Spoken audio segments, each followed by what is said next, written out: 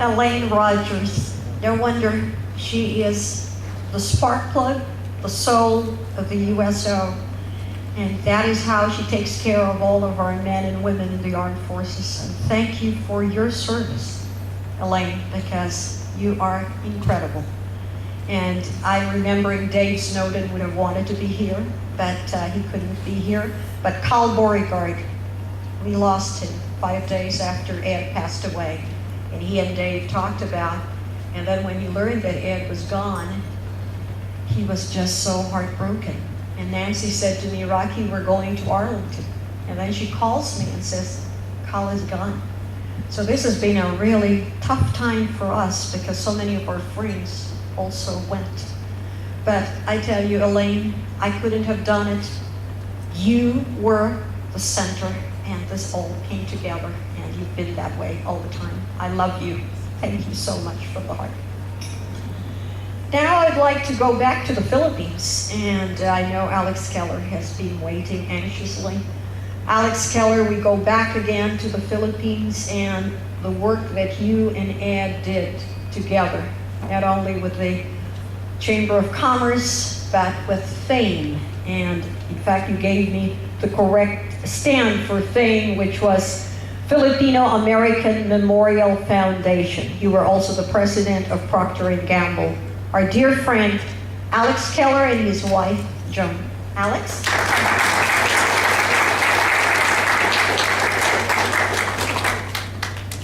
Thank you, Rocky. You know, in addition to everything else, Ed Ramsey had quite an eclectic group of friends.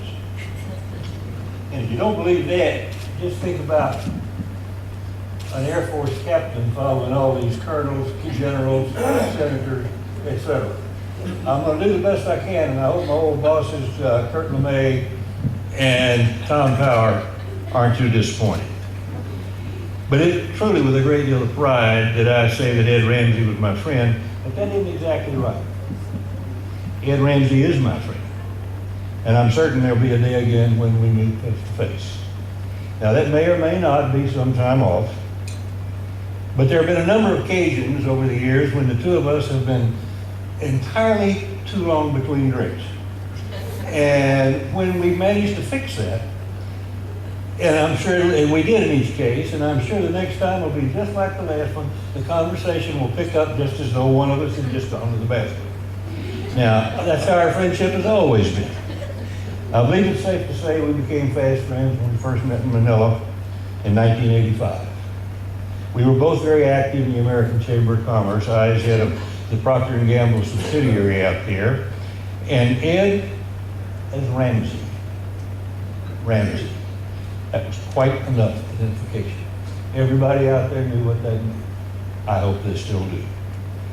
Ed and I shared many mutual interests, importantly including a strong affinity for the results and the lessons of World War II.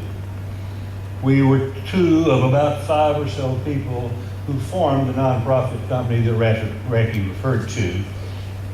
We titled it the Filipino American Memorial Endowment, or FAME for short, which we started for the purpose of providing funding for the maintenance of permanent maintenance of World War II memorials in the Philippines.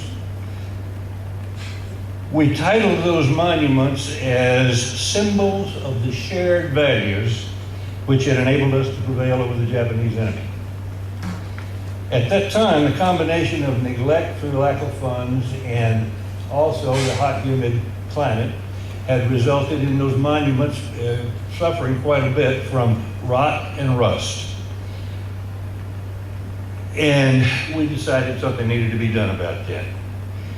FAME is still alive and well, and we have raised and spent now nearly $200,000 on these monuments in the Philippines. In the maintenance of such spots as Corregidor Island, mile markers along the Bataan Death March, and recently a sponsorship of the memorials to the hell ships which carried POWs to Japan. Both Ed and I have continued to be involved in FAME, and I'm proud to say that I'm the US-based representative of FAME today. We know Ed was a true hero. He was also very modest. I specifically remember a conversation one night many years ago which underscores this point. We were discussing, as we often did, age-old controversies. This one was, do men make events or do events make men? Big stuff, right? Ed was quite clear that he believed that events make men. He said that had he never been in the position he was in 1942, he would never have had to make the decisions or take the actions he took. Maybe so. But my friends, each of us and many, many more people are better off today for those decisions and actions of Colonel Edmund Price Ramsey. And so in closing, rest in peace, my old friend. I'll be seeing you.